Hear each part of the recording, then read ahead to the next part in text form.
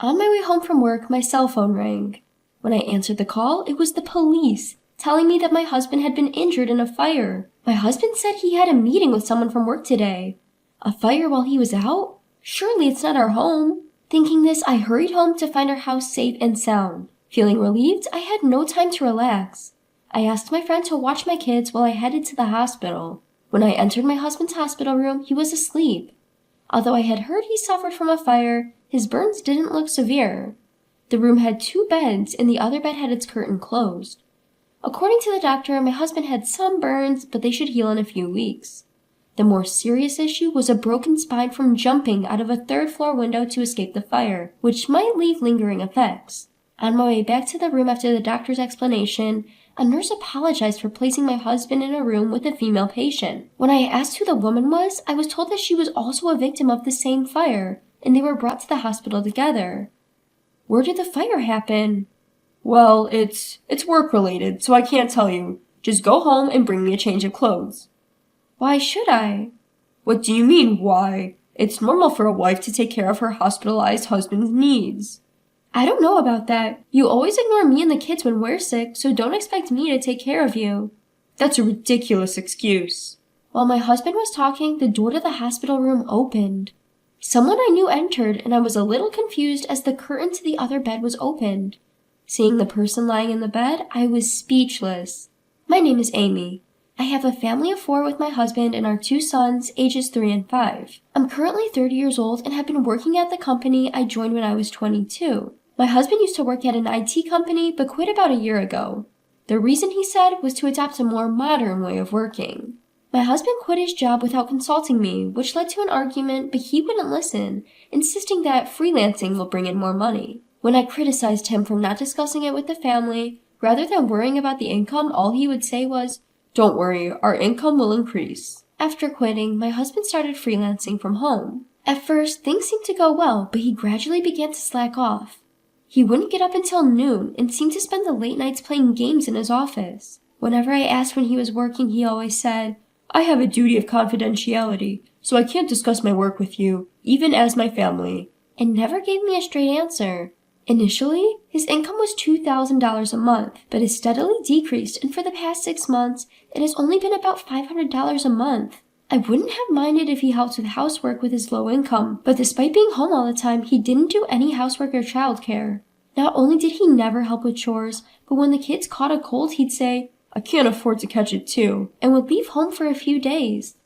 When I got sick, I asked my husband to take care of our son because I was going to the hospital, but he would say, "Why don't you just take the kids and go to the hospital?" And he locked himself in his workroom. With no income, no help with housework or childcare, and not even showing concern for his family, my husband was becoming unbearable. I thought about getting a divorce since it seemed the burden was only on me, and he didn't appear to be a good father to our sons. However, I was so busy every day that I could only make slow progress on preparing for the divorce, and I spent my days feeling frustrated. During that time, my husband, who rarely left home, began to go out more often, claiming he had errands to run and started keeping his cell phone with him at all times. I quickly noticed the changes in my husband and suspected him of having an affair. In the past, I might have been shocked by my husband's infidelity, but this time I secretly celebrated in my heart that I could use this to my advantage in getting a divorce. I tried to gather evidence of the affair to get a divorce on the grounds of my husband's fault, but it was difficult to obtain evidence from his cell phone since he never let it out of sight, so I gave up.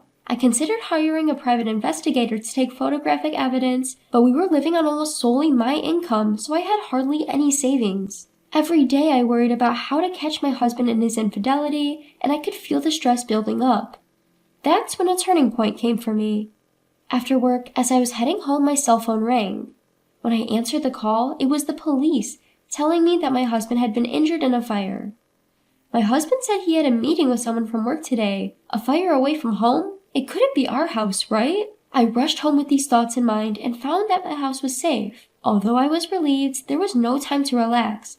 I hurriedly went to pick up my sons and called my friend. I asked my friend if she could watch the kids because my husband had been taken to the hospital in an ambulance, and after dropping my sons off at her house, I headed to the hospital. When I entered my husband's hospital room, he was asleep. I had heard about the fire, but his burns didn't seem too severe. The room had 2 beds, and the curtain was drawn around the other bed.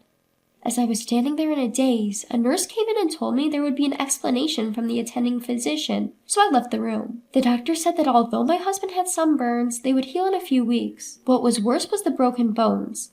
My husband had jumped from the 3rd floor to escape the fire, and the impact had fractured his spine with the possibility of residual effects. When I was told that there might be residual effects, the first thing that came to mind was that I should have divorced him quickly. I think I'm an insensitive person, but I couldn't even imagine taking care of my husband. As the explanation from the attending physician ended and I was on my way back to the room, the nurse apologized that my husband was sharing a room with a woman. When I asked who the woman was, I was told that she was someone who had been in the same fire as my husband and had been brought in together. Could it be that this woman was my husband's affair partner? I thought as I returned to the room and found my husband awake. Where did the fire happen? Well, I can't tell you because it's work-related. Seeing my husband hesitate, I became convinced that he had been with his affair partner when the fire happened. Anyway, go home and bring me some clothes. Huh? Why? Why? You're my wife. It's obvious you should take care of your hospitalized husband. Huh? I don't know about that. You ignore us when the kids or I are sick, so don't expect me to take care of you. That's a ridiculous excuse. As my husband was talking, the door to the room opened. It was Mr. Smith, the husband of my friend. Feeling a little confused to see someone I knew, Mr. Smith bowed to us and opened the curtain to the bed next to us. As the curtain opened, I saw my friend Mrs. Smith lying in the bed. I looked at my husband in surprise, and his face turned pale as he avoided my gaze. Ah, I see. It became clear that my husband's affair partner was Mrs. Smith, and I was too dumbfounded to speak. Mrs. Smith was a close friend among my friends, and she had even brought her child to our house to play. I had introduced Mrs. Smith to my husband at the time, so he should have known that she was my friend. I had told Mrs. Smith about my husband's recent coldness and my suspicion of his affair. I wondered what Mrs. Smith's intentions were when she listened to my story with a serious face, agreeing with me by saying, "I see." Was she trying to find out how much I knew about the affair? Suppressing my urge to confront my husband and Mrs. Smith immediately, I greeted Mr. Smith. "You're Mr. Smith, right? Your wife has always been a great help to me." "Oh, I'm sorry, I'm just a bit flustered." "I heard your wife and my husband were in the same fire. He won't tell me where it happened. Do you know anything about it?" When I asked, Mr. Smith glanced briefly at my husband. "I'm sorry that your husband was also caught in the fire. The fire occurred at my house." "It happened at your house? I didn't know my husband was visiting you." When I looked back at my husband, he was hiding under the covers. Excuse me, I have something I'd like to talk about. Do you have time?" "Yes, I have time." I had a pretty good idea of what Smith was going to talk about. We moved to a nearby diner where Smith told me that he had suspected his wife of cheating for several months and was gathering evidence. He had once looked at his wife's phone and found a photo of her looking cozy with another man in her photo album. So now he had hired a private investigator to take indisputable photos of the affair. I told him that I had also suspected my husband of cheating for a while, but didn't know who the other person was. When I said I intended to divorce my husband, Smith agreed to help me, and we discussed our plans for the future. 2 days later, Mr. Smith and I went to the hospital together, and my husband and Mrs. Smith were still sharing a room. When my husband and Mrs. Smith saw us enter, their faces tightened. "I'm glad you both seem well. I came to your room the day before yesterday, but you were resting, so I couldn't talk to you. Are your injuries okay?" Yeah. I fractured my shoulder, so I need to rest for a while." "That's tough. You'll need money now, so I hope you recover quickly." "Well, our child is still young, too." "That's right. You'll have to pay child support, so you'd better heal up and start looking for a job." Mrs. Smith seemed confused and didn't understand what I was talking about. "Hey, stop rambling. You brought my clothes, right?" "I didn't bring them." "You're useless." "I told you before that I wouldn't take care of you anymore. What I brought you today isn't a change of clothes, it's this." As I said this, I took the divorce papers out of my bag and shoved them in front of my husband. "Huh? Divorce papers? Are you planning to dump me because I might have lingering injuries?" "It's not because of your injuries. You said you had a business meeting the day you were taken to the hospital, right?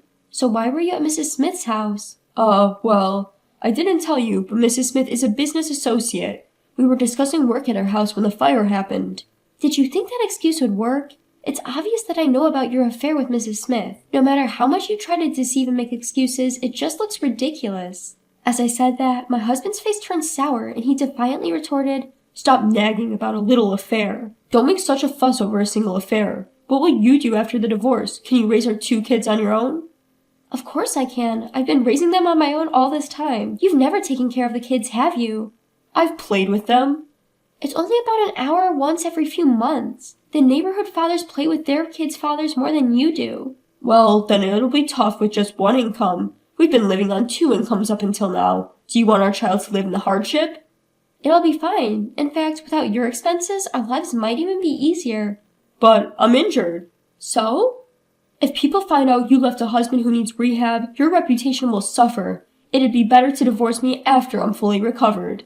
Because you are not someone who can stick to things for long. It's clear that you will give up on rehabilitation midway through. I can't wait until you fully recover. You have your lover to take care of, don't you? Upon hearing this, the husband glanced at Mrs. Smith and seemed to reluctantly accept the situation.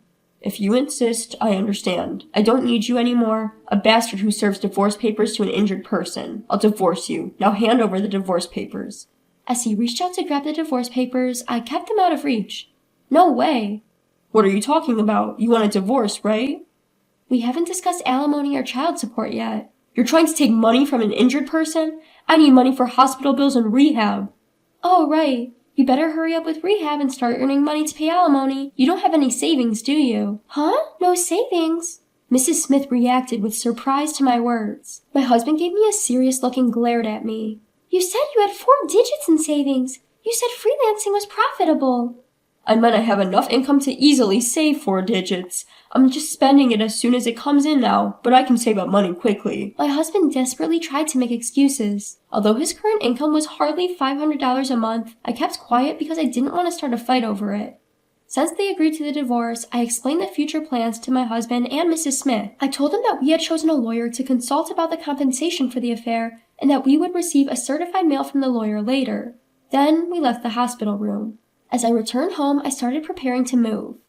While my husband was hospitalized, I went to thank the friend who took care of our children the day my husband was taken to the emergency room, bringing her a box of chocolates. I told my friend that my husband was fine, as he had been taken to the emergency room after the fire at Mrs. Smith's house, but was not in life-threatening condition. Moreover, the mom friend offered to take care of our children if things got difficult, so I also told her that I planned to divorce and move because of my husband's infidelity. Although I didn't directly mention that Mrs. Smith was my husband's affair partner, my friend seemed to understand. Of course, I intentionally made it obvious to my friend, but there were a few people who knew about my husband's involvement at Mrs. Smith's house fire, so the rumor would have spread even without me saying anything. Later, as we planned, I asked a lawyer to proceed with a divorce, but we couldn't easily decide on the compensation and child support amounts. At first, my husband boasted, I'm a freelancer, so I can work from bed even if I'm injured. I plan to work all day because I'm free. I might even make over $100,000 a year. I won't take you back even if I become rich. I had hoped that my husband's arrogance would make him pay the compensation and child support, but his hope of making $100,000 a year was shattered sooner than expected, and he started being reluctant to pay. He went from asking for an extension on the payment deadline to requesting a reduction in the amount, and eventually called me directly to plead. Come on, $20,000 in compensation is too much. My infidelity is partly because you ignored me saying you were busy. Isn't $5,000 more reasonable? It's not that I can't make money. The clients who used to hire me stopped because I didn't meet the deadline once. It was just a few days late, so it's not my fault. I can't pay the compensation. If you really want the money, talk to those clients who stopped hiring me. I've told you many times, talk to the lawyer about the compensation. I said just that and hung up the phone. After that, I asked the lawyer to tell my husband that we would go through mediation if the negotiations dragged on and my husband easily accepted our terms. From there, everything went smoothly, and we received a lump sum payment for compensation and child support, finalizing the divorce. The Smith couple also divorced, and the husband gained custody of the children. The Smith family has 3 children, but it was revealed that during the affair, the wife left the 10-year-old eldest son to take care of the 2 younger siblings while she went out. After my son and I moved close to my parents' home, I heard from a friend that my husband and Mrs. Smith got remarried. The 2 of them are still living in the house where the fire occurred. My husband walks with a cane, and Mrs. Smith always has messy hair and a gloomy expression, making them look like an elderly couple even though they're still in their 30s. My husband has accumulated over $100,000 in debt due to alimony and child support payments, and Mrs. Smith, who is a stay-at-home mom, is being asked to pay child support for all 3 children, so together they must have quite a lot of debt. But I don't feel sorry for them since I significantly reduced the amount I claimed from my husband on the condition of a lump sum payment. My husband always blames others for his misfortunes, so I'm sure he's still doing that now. I felt refreshed after finally getting away from him. However, I feel guilty for making my two sons suddenly separate from their father and friends. At first, they were both bewildered in the unfamiliar place, but now they have become friends with the neighborhood kids and are having fun. On weekends, my parents come to visit and play with my sons, allowing me to have some time to myself. Since my husband left, I now have more time, money, and peace of mind. Thanks to the extra resources, I can give even more love and attention to my sons than before.